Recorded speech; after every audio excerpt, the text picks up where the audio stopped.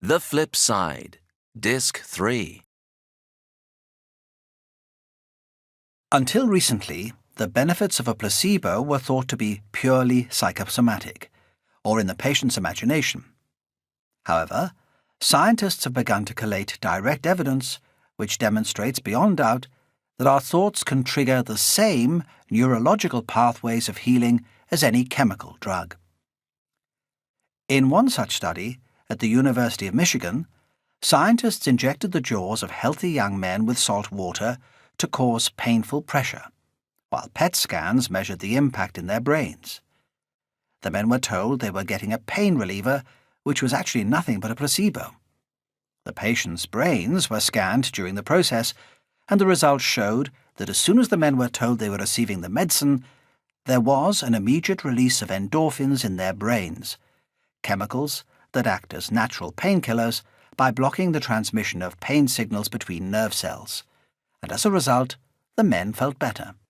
Another study conducted by Dr. Fabrizio Benedetti of Italy's University of Turin Medical School looked at patients suffering from Parkinson's disease, a degenerative disorder of the central nervous system that often impairs the sufferer's motor skills and speech, as well as other functions. Patients were fitted with a pacemaker-like implant in their brains, which helps block tremors. However, unbeknown to the patients, not all of the implants were activated. The study found that giving patients an expectation of improvement without any medical intervention would lead to a real and significant improvement in the patient's conditions. When the doctors came to analyze the benefits of the treatment, their findings were baffling. The patients had shown improvement, and all reported that they moved much better following the treatment. The brain scans also confirmed the improvement. The electrical activity of individual nerve cells in a movement-controlling part of the brain became calm, exhibiting a staggering 40% decrease in activity, which correlated with a reduction in patients' muscle rigidity. However, when the doctors analyzed the data, they found that the patients who showed the most significant improvement were those whose implants had not been activated. The conclusion was irresistible. The very expectation of improvement was by itself so powerful that it led to biochemical changes in the brain which outperformed the very latest cutting-edge medical technology, a surgical procedure costing thousands of dollars. One of the most intriguing demonstrations of the power of a placebo was described in a radio interview in 1983 by Norman Cousins, best-selling author of Anatomy of an Illness. At that time, Cousins was working at the Brain Research Institute at UCLA. More than 100 medical students took part in an experiment involving two drugs. One was a superstimulant, and the other was a supertranquilizer. The students were told how the tablets would affect them. They were told that the red pill, the superstimulant, would make them feel more alert, but that it could also cause nausea and dizziness. The blue pill, the super-relaxant, would make them feel more relaxed, but it could also cause drowsiness and inhibit their ability to concentrate. What made this experiment so interesting was that no placebo was involved. Both sets of drugs were real. The researchers switched the contents of the pills so that the red pills were actually tranquilizers and the blue were stimulants. The researchers then monitored the students' reactions and found that nearly 60% of them reacted in line with their expectations, despite the fact that they'd been given a drug that should have produced opposing symptoms. It was not just a psychological response. The students showed measurable biochemical and physiological changes. The conclusion, Cousins said, was inescapable. Our expectations are, at least in this instance, more powerful than medications. Today it is acknowledged that our thoughts and expectations can create powerful physiological and biochemical changes in our bodies. It is not a question of the mind tricking the body into thinking that it's well or not in pain. The thought or expectation activates the healing mechanisms in the body, and real healing takes place. The really startling thing is that according to researchers at Harvard University, the placebo effect works for 60 to 90% of all diseases, including angina pectoris, bronchial asthma, herpes simplex, and duodenal ulcers. This is something that I believe doctors need to be mindful of when dealing with patients. There are too many stories of doctors who have appalling bedside manners. When dealing with patients undergoing treatment for life-threatening illnesses, some doctors don't stop to consider what their words are doing to the patient. A negative, despairing prognosis can literally be as poisonous and health-destroying as any chemical toxin. A negative prognosis can become a self-fulfilling prophecy. Lives may be lost unnecessarily or prematurely, and at the very least, patients' quality of life may be damaged. The gloomy statistics just become compounded to the detriment of future patients. While placebos are by no means a substitute for medical treatments, we do know that encouraging optimism with positive thoughts and reasons to be hopeful can only serve to help bring about the best possible outcome for all patients. The evidence is beyond doubt. The way we view the world, and in particular our confidence in ourselves and in the future, significantly affects our health and determines how successful we may be in overcoming health challenges. Optimists not only enjoy better health and live longer than pessimists, but they also cope better and recover faster from treatment. Consequently, if ever you or a loved one becomes sick, however serious the condition may be, maintaining a positive, optimistic outlook will be just as important as any medical intervention. In the words of Norman Cousins, drugs are not always necessary. Belief in recovery always is. The third factor in human potential.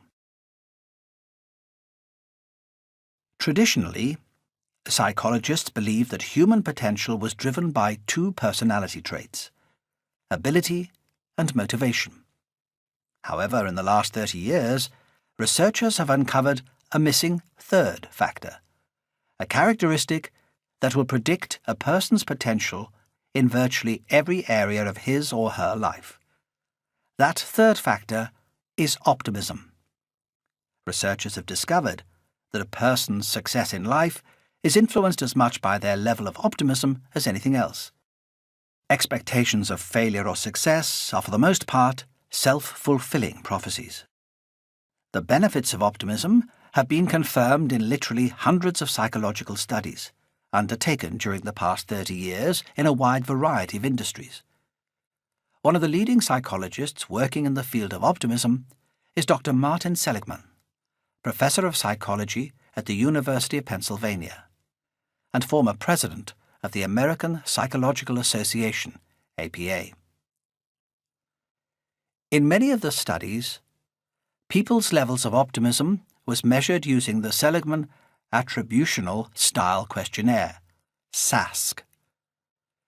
This takes about 20 minutes to complete and comprises a detailed list of questions that present a number of hypothetical situations, and then asks the participant to give an assessment against each question, rating each response on a scale of 1 to 7. It was designed to identify what Dr. Seligman refers to as a person's explanatory style, which is essentially how people rationalize the causes of their successes and failures in life. This is because, according to Dr. Seligman's findings, optimistic people have a completely different way of viewing success and failure than pessimists. When an optimist experiences failure, he or she views it as a learning experience and a temporary setback. In stark contrast, when a pessimist experiences failure, he or she assumes it is due to their lack of ability and believes that it is a permanent situation. If he or she were to try again, they just know that they would fail again. So what would be the point in trying? One of the most illuminating studies was conducted with life insurance salespeople. Working with the Metropolitan Life Insurance Company, Dr. Seligman and his team tested 15,000 applicants for a job in life insurance sales, a very difficult job that necessarily involves frequent rejection to the salesperson and typically has a high dropout rate. For 2 years, the researchers followed the success of 1,000 salespeople who had passed the insurance company's entry examinations, and they also monitored a further 129 people who had failed the insurance company's exam and would therefore not normally have been hired. But because they had scored very highly on the SASC Optimism test, they were recruited, and their sales noted throughout the trial. When the results were collated, the researchers discovered, as predicted, that within the group of salespeople who had passed the insurance company's test, those who were optimists significantly outsold the pessimists by 31%.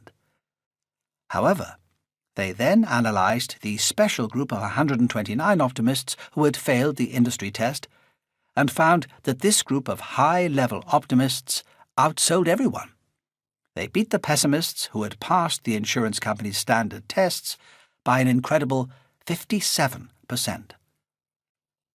Similar research projects in other industries, including telecoms, banking, property, office supplies, car sales, to name just a few, have come to the same conclusion. Optimists tend to be far more successful than pessimists in terms of sales. On average, the optimists outsell pessimists by 20 to 40%, and extreme optimists outperform extreme pessimists by as much as 88%. In addition, the researchers found that extreme pessimists were as much as 3 times more likely to quit their jobs than extreme optimists. The message was clear. If a company wants to get the most out of its sales team, it needs to ensure that the people it hires are not just competent, but are also optimistic in their expectations. Through the SASC, optimism has been shown to be associated with stronger motivation and higher levels of achievement, whether at school, at work, or even in sport. We have seen how in business, a salesperson's level of optimism has been shown to be an accurate marker, predicting how successful they will be in making sales. In sport, optimism was shown to accurately predict levels of performance among nationally ranked swimmers.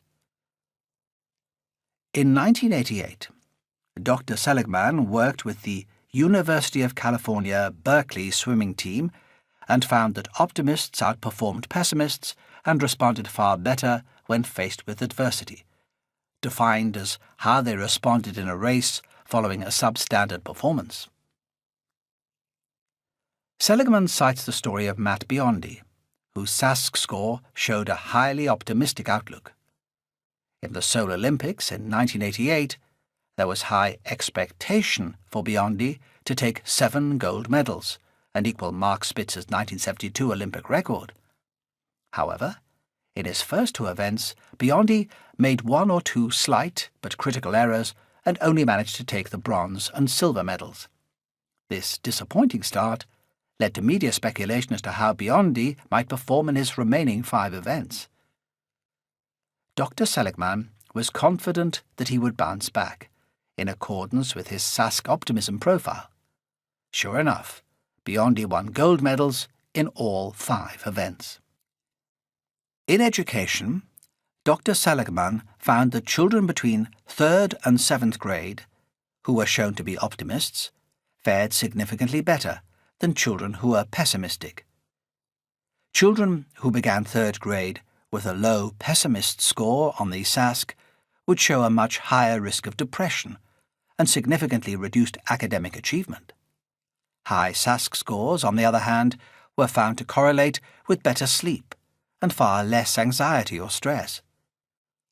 Optimism scores were able to accurately predict which of the students would attain top grades and which would end up dropping out.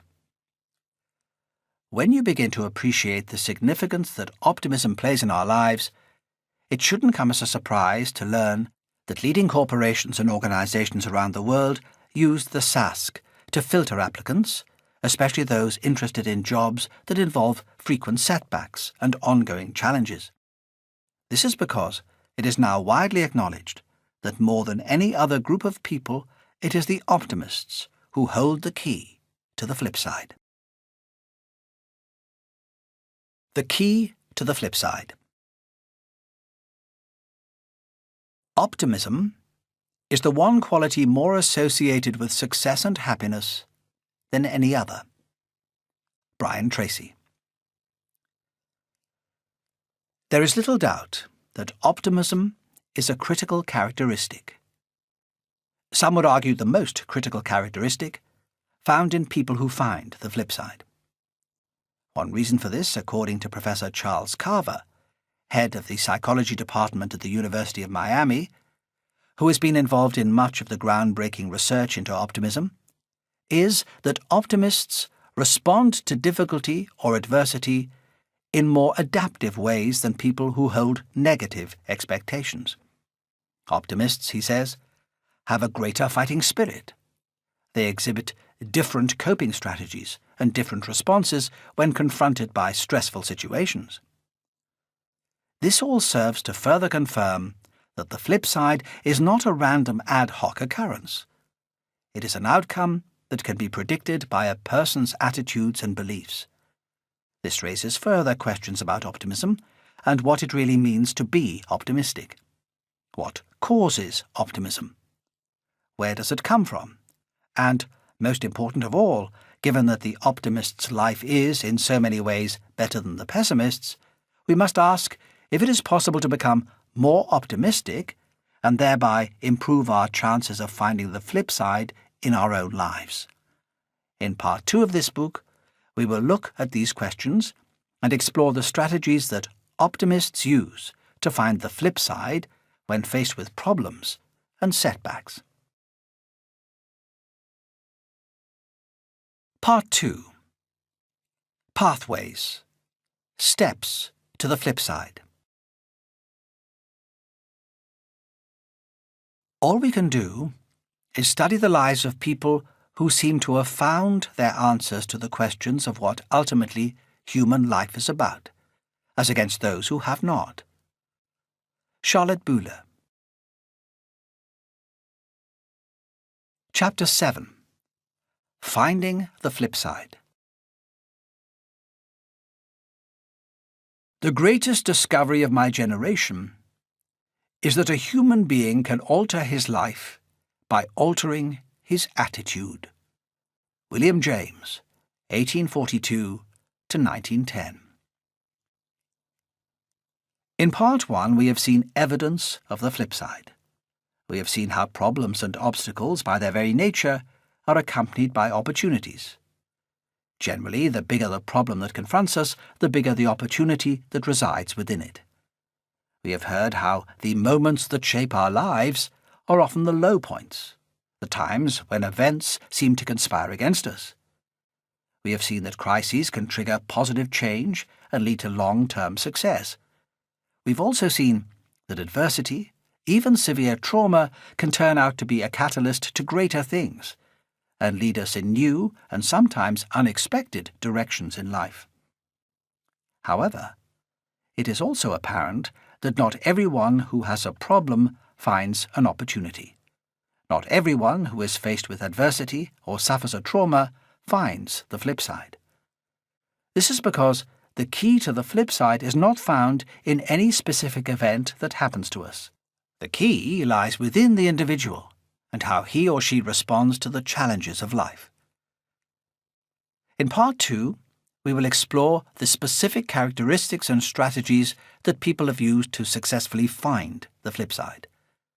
Along the way, we will find out how a woman who lost her hair through alopecia used her experience to build a new, more meaningful life and has helped and inspired thousands of women all over the world. We will look at the personal philosophy of the man who changed the world and who Life magazine voted as the most important person of the last millennium.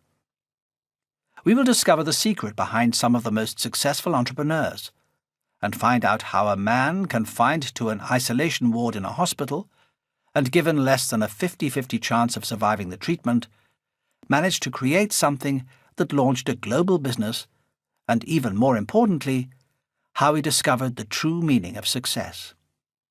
We will speak to some truly remarkable people, whose achievements redefine our paradigms of what is possible, and we will ask what steps they took when they were faced with a crisis that turned it to their advantage. Their answers may surprise you. Chapter 8. Great Expectations. The Strategies of Optimists. The optimist is more likely to see adversity as a challenge, transform problems into opportunities, put in the hours to refine skills, persevere in finding solutions to difficult problems, maintain confidence, rebound quickly after setbacks, and persist. Peter Schulman. An old friend of mine from university days recently told me that in his life he prefers to expect the worst. I was somewhat perplexed. Why? Without hesitation he answered, because by expecting the best, I'm only setting myself up for disappointment when things don't work out. If I expect the worst, I won't ever be disappointed. And if things turn out well, then I'll be pleasantly surprised. His reasoning is not uncommon, and may at first seem logical and reasonable. It is the classic reasoning of a pessimist. However, there is a critical flaw in his argument. It doesn't work. The reason it doesn't work is because our expectations are very often self-fulfilling prophecies. Dan Ariely, professor of behavioral economics at Duke University, North Carolina, has demonstrated through his research that what we expect will invariably determine what we experience. When we think something will be good, it generally will be good, explains Professor Ariely. And when we think it will be bad, it will be bad. In his brilliant book, Predictably Irrational, Professor Ariely describes a variety of studies that he has designed or been involved with that investigated the effect of people's expectations on different aspects of their lives. He has found, for example, that our enjoyment of a meal is influenced by our prior expectations of it. Imagine that you're sitting in a chic Italian restaurant, and the menu of the day contains two choices. The first is described simply as vegetable pasta, and the second is described as homemade organic Tuscan pasta, tossed in a rich Devonshire butter sauce with garlic and garden herbs, served with fresh, seasonal vegetables. Which choice would you opt for? According to Professor Ariely's work, most people will go for the more descriptive option, assuming, of course, that they don't have any allergies or specific dislikes to any of the described ingredients. However, what is particularly interesting is that Professor Ariely's studies have shown that people who choose the more descriptive option will also enjoy their meal more than people who choose the less descriptive option, even though both options are exactly the same meal. Similarly, if a meal is presented artistically, we will enjoy it more than if it is just slopped on the plate. The same goes for drinks. Presumably, this is one of the reasons why Starbucks became so popular. People will pay more for a full-bodied blend of aged Indonesian coffees with a smooth, deep, spicy flavour, lively with herbal undertones, than they will for plain Asian coffee, and they will enjoy the drink that much more too. Serve it in an attractive mug, and it's going to be a winner. Interestingly, Professor Ariely has shown that our expectations can even influence how we respond to a medicine. Both the description and packaging of a drug will certainly affect our expectations of it.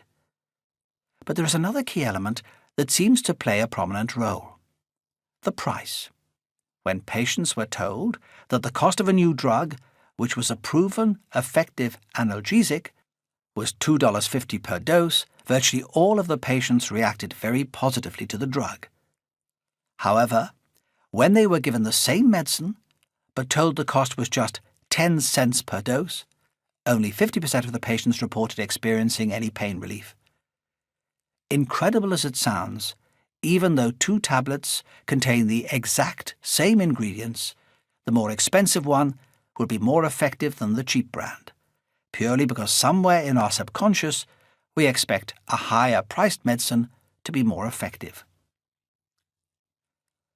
His experiments have led Professor Ariely to conclude that in virtually every area of our lives, our expectations influence not just our experience, but the actual outcome. The mind gets what it expects, he says. Everything that is important to us, love, health, happiness, and our enjoyment of life, all the things we want most from life, are conditioned by our expectations of what the future will bring. This is something that goes to the core of the Flipside. Mind mapping a future. A sterile hospital isolation ward is probably not the most obvious place one would expect to find the Flipside. Even less so when you're facing months of aggressive treatments and have been told that your life is literally hanging in the balance. Yet that is precisely where Mike Yetter, a German computer programmer, came to find the Flipside that transformed his life. It began in the early hours of Christmas Day, 1989, in the small German town of Starnberg. Mike was woken by an excruciating pain in his back that literally took his breath away.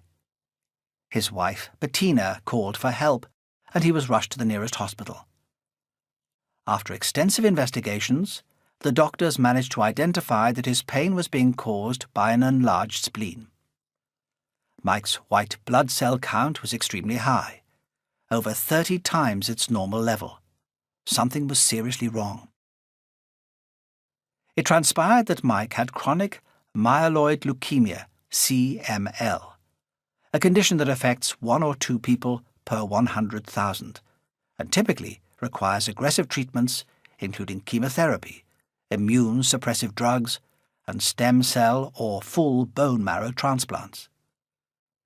Mike had his first transplant in February 1991. He was fortunate that his brother Andy was a perfect match for a bone marrow transplant. For a time, the treatment seemed to have been effective. But in the autumn of 1993, Mike had a relapse, and less than 6 months later, he was given what, at the time, was a treatment of last resort, a stem cell transplant. Mike found himself for the second time in a hospital isolation unit, with the prospect of months of treatment and virtually no contact from the outside world. In addition, the outcome of the treatment was far from certain. At best, Mike was given a 50% chance of surviving the following 12 months. For a lot of people, the challenges of that situation, coupled with the uncertain prognosis, would be enough to set them on a downhill slide. Panic and worry can set in, which we have seen is self-destructive in itself. More than any other time, it is crucial to remain positive and optimistic in a crisis, especially one of the magnitude that Mike had to face. Meeting Mike Yetter, albeit on a webcam over the internet, one cannot help but take an immediate liking to him. He has large blue eyes and an engaging smile, and it would be difficult to detect any of the struggle and hardships with which he's had to cope over the past 19 years. There is no trace of resentment or bitterness, and when he speaks, Mike exudes an infectious enthusiasm for life. He was never one to pay too much attention to pessimistic survival statistics. "I think I've always been a positive person," he says, "as is my wife Bettina." At the time he was first diagnosed with CML, there was no internet, and so Mike and his wife didn't have access to the information that we enjoy today. In one way, that was a good thing because we weren't surrounded with all the negative data. We let the doctors get on with the medical treatments. But we also searched for alternative ways that could help, such as nutrition, massage, meditation, and things that would help the mind and spirit. We were always looking forward and planning a new life, and I think that played an important part in how things worked out. Mike knew from his first bout of treatment 3 years earlier that he would need to find a distraction during the months he was to spend in hospital. "I had been told that I had a 50% chance of surviving the next 12 months, he says. "I also knew from the first course of treatment there is a big mental problem to overcome. I was in a small hospital room, and people were coming in and out wearing surgical clothes with face masks and gloves, and I knew that it was going to go on like this for months. I had to find something to keep my mind focused on, something to distract me from the leukemia and the treatments, and everything that was going on around me." Being a computer programmer, Mike thought that it would be a good idea to work on a new software development project. Anyone who has ever spent time in front of a computer knows how quickly time passes and how easy it is to become totally immersed in whatever you are doing. Writing code is even more absorbing. For a time, the whole world fades into the background. There is just you and the computer screen. The project Mike decided upon was mind mapping. Mind mapping is a technique whereby thoughts are noted in a visual format on a piece of paper. A mind map is a diagram in which words, ideas, tasks, or other items are linked around a central theme word or idea. It is used to generate and structure ideas, and it has been shown to be extremely successful as an aid to study, organization, problem-solving, and decision-making. The mind mapper starts with a blank piece of paper and puts the central idea or theme, which may be expressed as a word or picture, in a circle in the center of the page. Then a structure is developed by drawing branches from the central theme and adding relevant ideas or points to them. Further branches can be added, leading to sub-themes and sub-concepts until the structure is complete and looks something like an irregular spider's web, with all items linking back, directly or indirectly, to the central theme.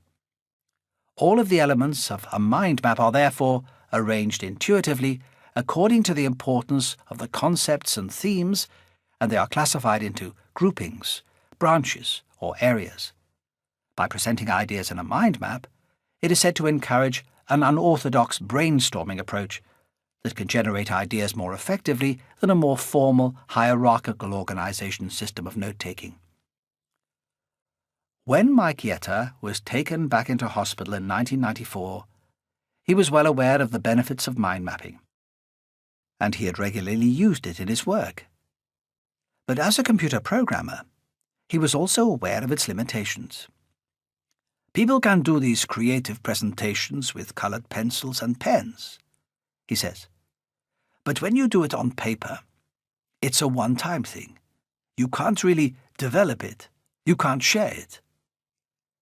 Mike's idea was to bundle the mind mapping process into a software package which would enable people to take it to another level. On a computer, ideas could be moved around the page easily, and the map could be added to, edited, printed, and shared. Mike worked on his new project for 5 or 6 hours a day in his hospital room in between his treatments. "Initially, it was just a distraction for me," he recalls. "It stopped me from thinking about what was happening to me." However, by the time he was discharged from the hospital, he had built the first fully working version of mind mapping for computer users. It was a unique software package that he called MindMan, later renamed Mind Manager. Today, Mind Manager is used by over 1 million users worldwide, including many international corporations. And the company that Mike and Bettina formed, MindJet, has become a global enterprise with offices in Asia, America, and Europe. More significant than the software and the business it generated are the ways in which Mike's battle with leukemia brought about profound changes both for him and Bettina. "Before my illness, We were just living, Mike says. But it was not what I would call conscious living. Now we know why we do things, and we are much more thoughtful about how and with whom we spend our time. This observation is echoed by every other person I have contacted who found the flip side. Rhonda Byrne, writer and creator of The Secret, said, "I was truly existing day to day. Life was just kind of happening to me." It was only after reaching one of the lowest points in her life, and subsequently coming across the ideas that formed the basis of The Secret, that she noticed a profound change. When interviewed about this, she said that since the time she discovered The Secret, life happens through me rather than to me. Despite a fourth setback in 2003, when Mike needed another bone marrow transplant, both he and Bettina believe that a lot of positive changes have resulted from his illness. Mike's software proved to be extremely popular. Many users reported that it had changed the way they worked, and it formed the basis of the business that Mike and Bettina set up in Sausalito, just outside San Francisco, in 1998. There's no doubt that my illness was a trigger both for the business we created and for personal changes in our lives, says Mike. We wouldn't be living the life we enjoy today. We wouldn't be living in the USA today without having gone through everything with my illness. I believe that things happen for a reason, he continues. I don't believe in coincidences. Sometimes you just have to suffer first or lose something before you find your task or purpose in life. Mike's illness also brought him and his wife closer together. There are a lot of things that you need help with during and after treatments that are very time-consuming, he says. Bettina was always there. I really don't think I could have gone through it without her. Today, Mike and Bettina live together in Corte Madera, 15 miles north of San Francisco.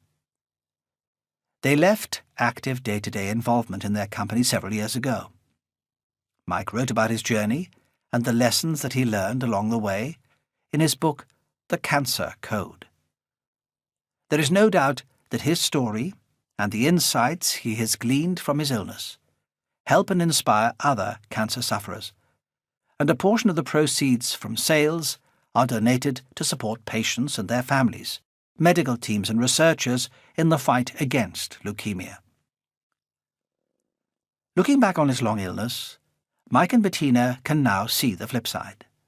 Mike says, "The battle against cancer transformed our lives, helping us understand the true meaning of success."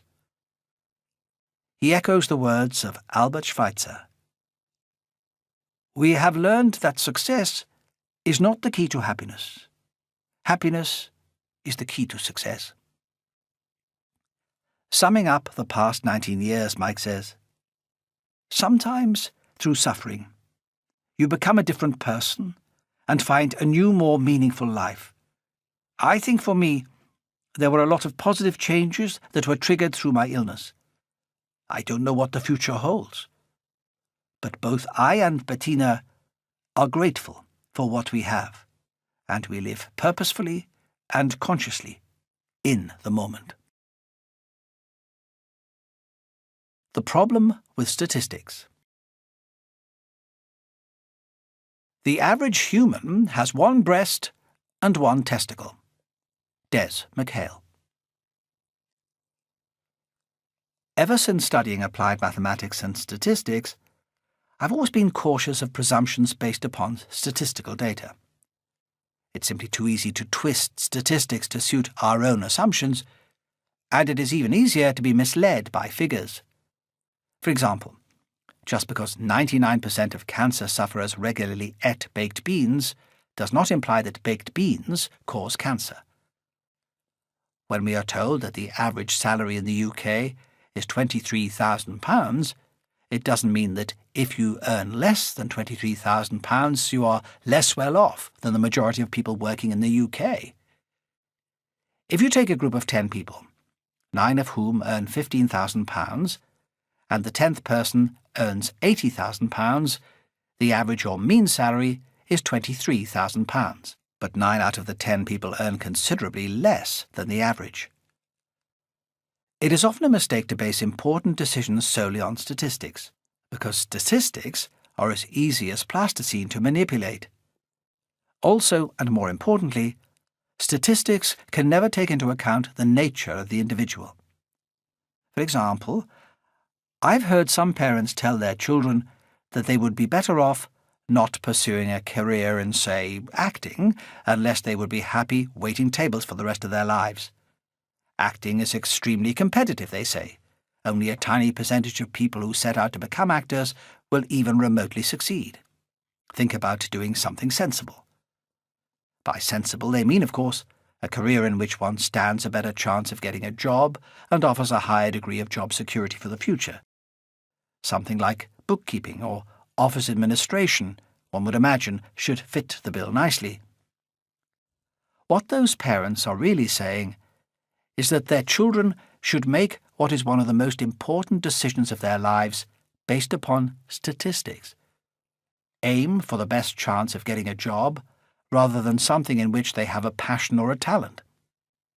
Admittedly, if a person is completely deluded about their talents, like so many of those who audition for TV talent shows, then a good dose of reality would be in order. But one cannot help but question the wisdom of using statistics to base a decision about how someone should spend their working life. Far better, I believe, to look for something you love, something you are passionate about and will enjoy. How much poorer would the world have been had Thomas Edison stuck to sending telegraph messages all his life, just because most aspiring inventors do not earn much money? What would have happened if John Lennon had listened to his mother, Julia, who told him, "The guitar's all very well, John, but you'll never make a living out of it"? Statistics can rob people of their dreams, and in medicine, they can rob them of their lives. Expectations influence outcomes, and negative expectations lead to negative outcomes. When we are told that statistically there is a 1 in 10 chance of surviving 5 years, it means that historically only 1 person in 10 who contracts the particular illness has survived longer than 5 years. What these figures do not take into account is the nature of the people who are affected. Laughing at statistics. Do not put your faith in what statistics say until you have carefully considered what they do not say. William W. Watt. In the mid-1960s, writer and peace advocate Norman Cousins was diagnosed with Marie-Strumpel's disease, otherwise known as ankylosing spondylitis, a chronic, painful, degenerative and inflammatory arthritis that causes inflammation and disintegration of the connective tissues in the spine. The severity of the pain caused Cousins concern, and so he confronted his doctor about the illness and his chances of making a full recovery. "He levelled with me," Cousins wrote, admitting that one of the specialists had told him, "I had 1 chance in 500. The specialist had also confessed that he had not personally witnessed a recovery from this comprehensive condition." All this gave me a great deal to think about. Up until that time, I'd been more or less disposed to let the doctors worry about my condition. But now, I felt a compulsion to get into the act. It seemed clear to me that if I was going to be that 1 in 500, I'd better be something more than a passive observer.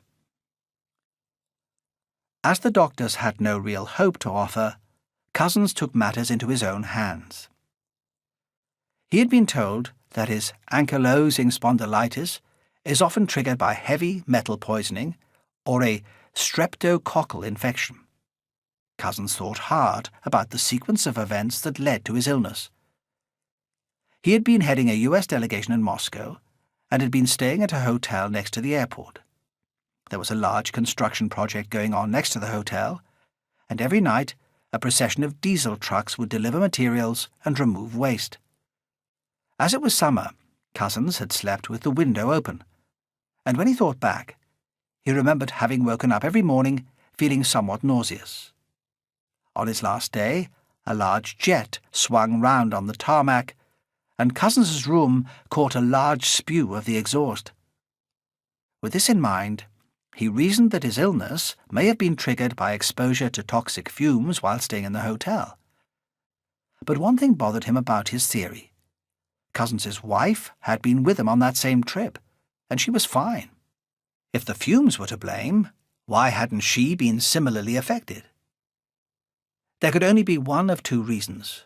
Either he had a specific allergy to the fumes, or, in Cousins's view, the more likely culprit, he had been suffering from adrenal exhaustion, and consequently his immune system had been compromised, which meant that his body was less able to combat the toxic fumes. The trip had been extremely frustrating. There had been long hours and an array of other factors that caused Cousins agitation and stress. It all seemed to culminate on the flight home. The plane was filled to capacity, and it was a long, tiring journey. As soon as the plane touched down in New York, Cousins started to feel unease deep in his bones. A week later, he was hospitalized. Reviewing the onset of his symptoms, Cousins reasoned with himself. If the negative emotions of stress and anxiety produced negative chemical changes in the body, wouldn't it be possible for positive emotions to produce positive chemical changes? From this, he formulated a systematic pursuit of positive emotions and discussed his plan with his doctor. He would stop all analgesics, because these can stress the adrenal glands, and he replaced them with megadoses of vitamin C. Because, according to the medical reports he had read, collagen diseases are associated with the vitamin C deficiency. Most importantly, he would focus his mind on positive emotions, hope, love, faith, and laughter. As it is not easy to laugh when racked with pain and suffering from a virtually incurable wasting disease, Cousins tried something unheard of at that time. He ordered videos that might make him laugh. Among his favourite things to watch were Marx Brothers films and the TV show Candid Camera, the original prankster show, in which unsuspecting members of the public were set up in comical situations and filmed using hidden cameras. Some of their most memorable pranks involved a talking mailbox, where a voice within a mailbox talked to passers-by on a city street, and a restroom sign placed on the door of a small cupboard in an office building. The bewilderment of the people and their subsequent reactions is laugh-out-loud funny. I made the joyous discovery that 10 minutes of genuine belly laughter had an anesthetic effect and would give me at least 2 hours of pain-free sleep, Cousins wrote. When the pain-killing effect of the laughter wore off, we would switch on the motion picture projector again, and, not infrequently, it would lead to another pain-free interval. In addition, blood tests showed that Cousins's condition was improving, little by little, after each laughter episode. This was biochemical proof that the benefits were more than just psychological, and that there is real wisdom in Solomon's proverb, "A merry heart doeth good like a medicine." Buoyed by his progress, Cousins made another giant leap towards his recovery. He discussed his next plan with his doctor, who once again was fully supportive and proceeded to discharge himself from hospital and book into a hotel room. Aside from saving 2/3 in costs, Cousins said the benefits were incalculable. He got uninterrupted sleep and rest, no longer having to be woken for a bed bath or for meals, or for medications or change of sheets or examinations by interns. He received fresh, nutritious food and installed an intravenous drip to receive megadoses of the vitamin C he believed could help him. Slowly but surely, healing occurred. His plan had enabled him to be completely free of drugs. To his doctor's amazement, Cousins was able to get by without any painkillers or sleeping pills. Blood tests showed that sedimentation levels, a characteristic that indicates the severity of the disease, were dropping significantly, almost by the day. Fever had reduced, and his pulse had normalized. He knew that his plan was working. Norman Cousins had beaten the odds. He was going to live. Subsequent research has demonstrated that Norman Cousins had, through his own illness, stumbled upon something that had been completely ignored by mainstream medicine in its quest for patentable chemical cures.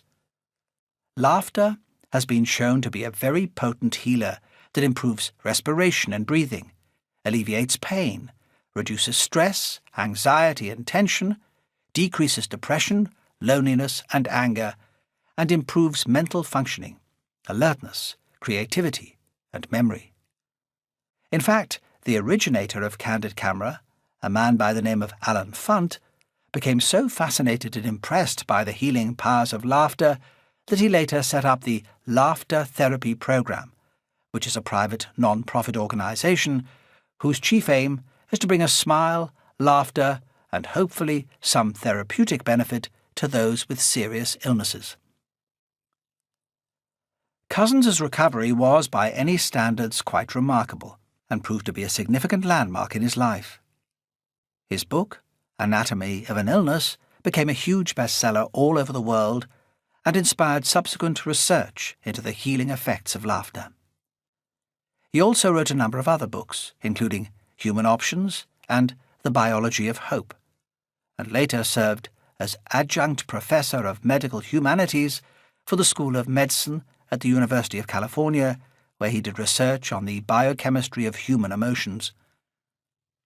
Norman Cousins found the flip side through what his doctor saw as a hopeless battle to save his own life. Through his efforts, he helped to highlight the therapeutic effects of positive emotions and the possibilities that this opened up within mainstream medicine. Aside from the discovery of the healing powers of laughter and positive emotions on our health and well-being, Cousins also left an important lesson for anyone who finds themselves faced with a pessimistic prognosis, and one that optimists like Mike Yetter instinctively seem to know. That is, although statistical data in the field of medicine might reveal a better understanding of the nature of an illness, we should not allow negative statistics to cloud our expectations of recovery. The one thing that statistics cannot take into account is the circumstances and character of an individual, and success or failure in overcoming any form of adversity is determined more by the individual than any statistic. Commenting on how the whole experience changed him, and of the lessons he had learned from the experience, Norman Cousins wrote, "I've learned never to underestimate the capacity of the human mind and body to regenerate, even when the prospects seem most wretched. The life force may be the least understood force on earth." Testing for optimism. For myself, I am an optimist. It does not seem to be much use being anything else. Winston Churchill, 1874 to 1965. What makes people like Norman Cousins and Mike Yetter, and for that matter, all the people we encountered in part 1 of this book, able to remain so positive in the face of seemingly overwhelming odds? Whatever life throws at them, they have confidence in the future. They expect positive outcomes, and more often than not, they experience positive outcomes. But what makes people optimistic? Is optimism hardwired into us through our genetic makeup? Is it something that we acquire through our upbringing? More importantly, in view of how important optimism and positive thinking is in shaping our lives, and in particular how it can help us overcome problems and find the flip side, even in adversity, we must ask, can we learn to become more optimistic? Before we try to answer these questions, it may be interesting to test your own levels of optimism and pessimism. Psychology departments in universities all over the world Use surprisingly brief and very simple questionnaires to measure optimism.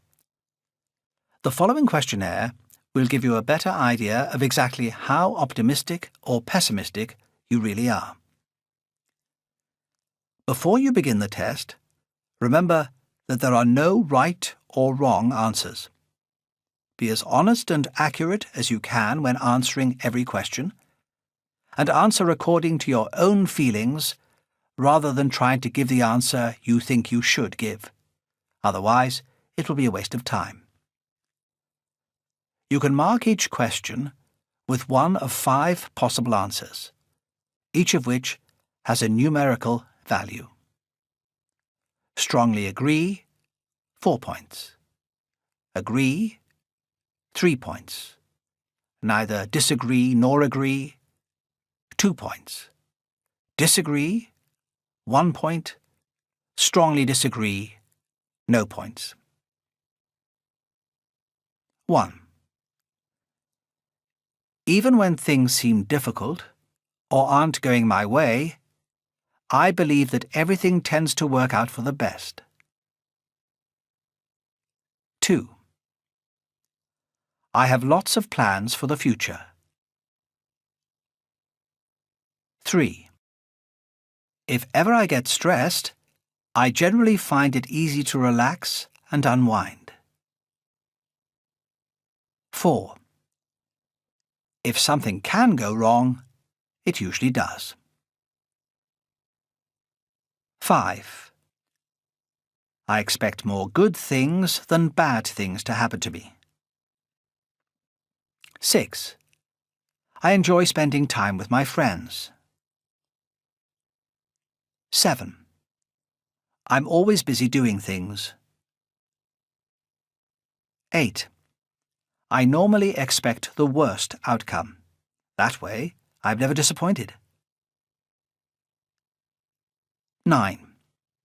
I rarely get upset when something goes wrong. 10. I don't tend to expect good things to happen to me. 11. I don't have much to look forward to in the future. 12.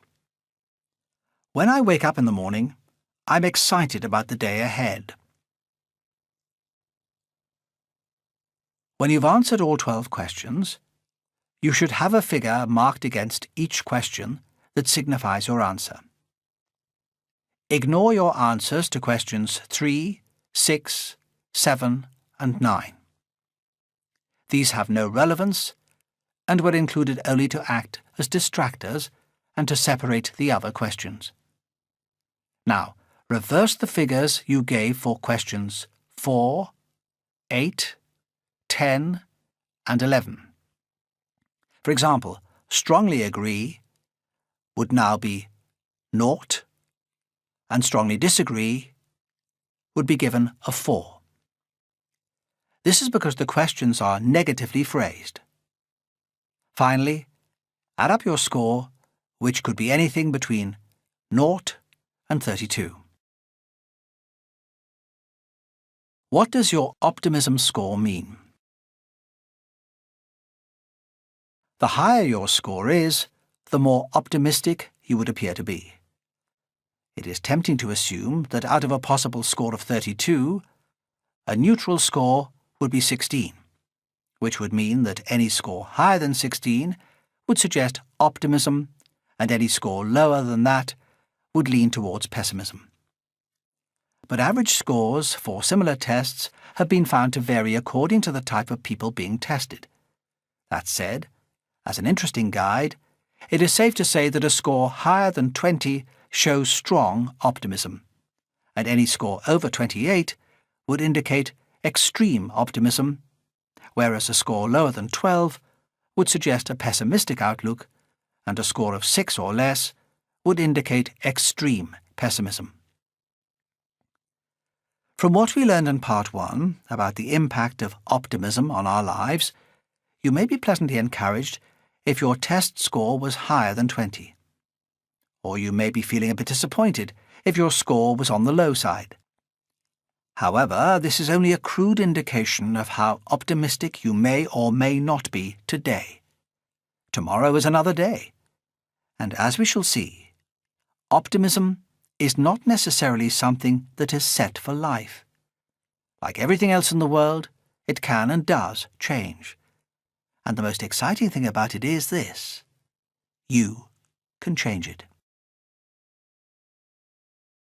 Where does optimism come from? Many psychologists used to believe, some still do, that optimism is largely dispositional. It is predetermined, a genetic characteristic, or something that we acquire or not during infancy. One study that looked at same-sex middle-aged Swedish twins found that genetic factors may account for up to 25% of our feelings of optimism. This still suggests that there are other more dominant influences that shape our feelings of optimism. Some researchers believe that optimism is largely formed during early childhood. For example, researchers at the Department of Psychology in the University of Helsinki found that our levels of optimism are influenced between the ages of 3 and 6. They also discovered that the person most responsible for influencing how optimistic we become is our mother. Studies have shown that if a mother perceives her child to have a difficult temperament, that is, that the child is difficult to control, she will invariably adopt what they call hostile child-rearing attitudes, and those attitudes are thought to influence how optimistic a child will become, even into adulthood. Following up 20 years after initial surveys of mothers and their children, researchers found that people who were perceived as difficult by their mothers when they were infants invariably grew up to become pessimists as adults. As a father myself, this concerned me. Why should I not have the same influence over my children as my wife? The answer, I believe, is most probably due to the fact that traditionally infants spend a lot more time with their mother than their father. There are other studies that share the blame or credit between both parents. Their findings suggest that warmth, acceptance, sensitivity and responsiveness, or lack thereof, from both parents towards their children may be responsible for a child growing up to become an optimist or pessimist. Presumably, the discovery of a father's influence is due to the growing trend in Western societies for both parents to go out to work and share time looking after the children. However, while it is evident that our past largely determines the person we have become, who we were in the past and who we are in the present does not necessarily predict the person we will become in the future. Change is possible, says Professor Carver, one of the leading optimism researchers. And many prominent psychologists agree. There is a compelling argument to support the view that we can all learn how to be more optimistic. Learned helplessness. Martin Seligman is one of the most renowned psychologists in the USA today. In 1998, he was elected President of the American Psychological Association, APA, by the widest margin in its history, and a review of psychology literature found that, throughout the last century, Seligman was the 13th most frequently cited psychologist in introductory psychology textbooks. He is currently one of the world's leading authorities on positive psychology and optimism. But the area of study for which Seligman became renowned was the complete opposite. It was a theory he developed which explained how and why people come to believe that they are powerless. Seligman demonstrated that people can be broken down by repeated experiences to the point of extreme pessimism. So convincing were Seligman's experiments that he was invited to give a presentation of his findings to the CIA. And according to some reports, the CIA referred to Seligman's research models in developing interrogation techniques. Seligman called his theory learned helplessness. Learned helplessness is a psychological condition which can affect people and animals. It is a tendency to interpret past experiences in such a way that when a similar situation arises, you believe yourself to be powerless to do anything about it. You know that any effort is futile because past experiences taught you that you are powerless to influence change. Nothing you did in the past made any difference. You are convinced that you are helpless, so you don't even bother trying to help yourself. Seligman arrived at his theory back in 1967 while observing dogs in laboratory settings. The dogs were separated into 3 groups. The dogs in Group 1 were simply put in the harnesses for a period of time and later released. The dogs in Groups 2 and 3 were subjected to electric shocks. The difference being that the dogs in the second group could end the shocks by pressing a lever, which they learned to do, whereas when the dogs in the third group pressed the lever, nothing changed. For them, the shocks were random and inescapable. Seligman found that the dogs in Groups 1 and 2 recovered quickly from the experiment, but the dogs in Group 3 exhibited symptoms of clinical depression.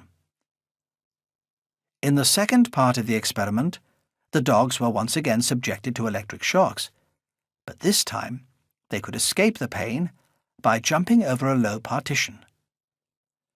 The dogs in Groups 1 and 2 jumped over the wall and ended their pain.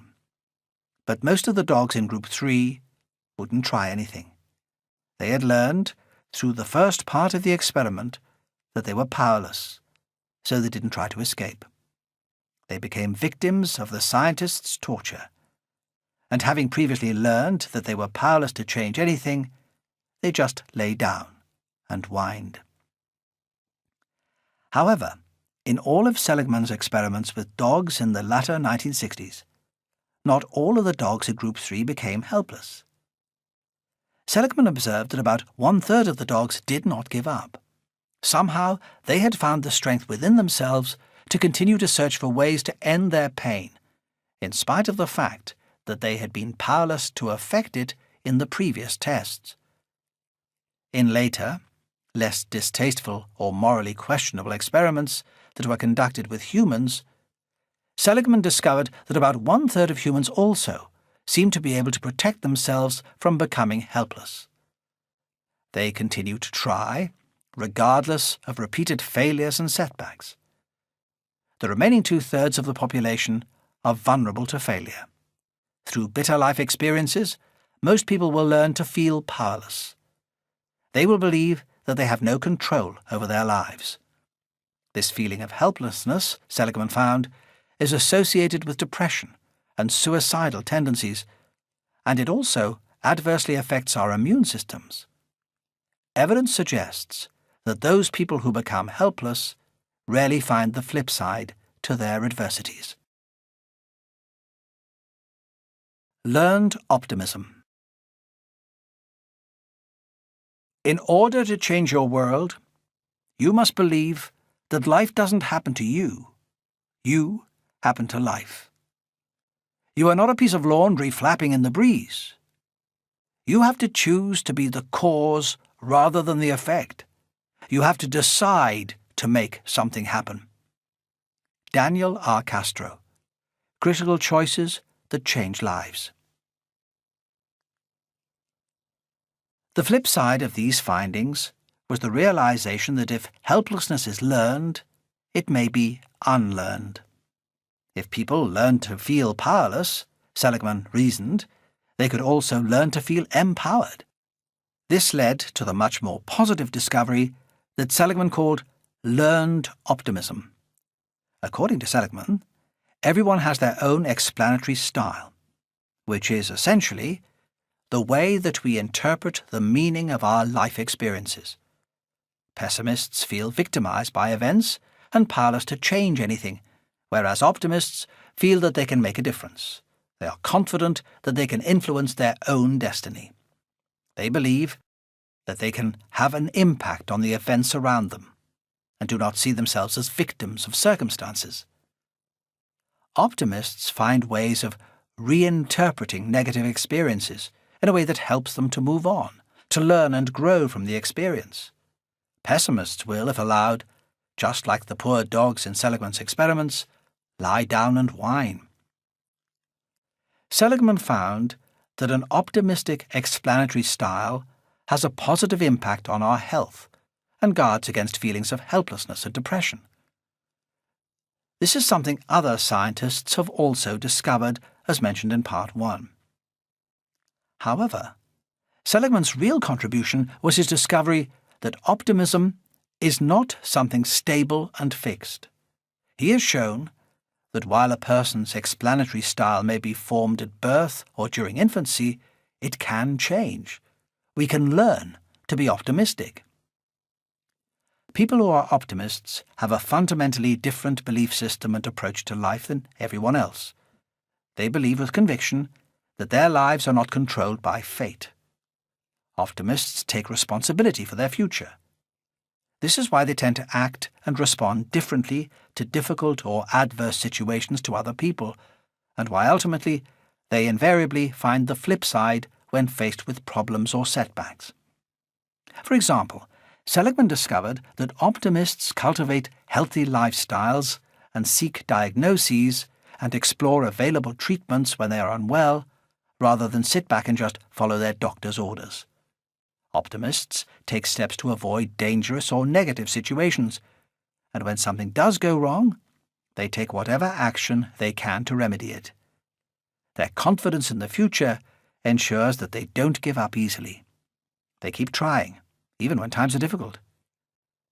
If a problem can't be solved, optimists instinctively reframe the situation to enable them to get the best possible outcome. They make plans for the future, and they set themselves personal and career goals. Optimists tend to act from knowledge.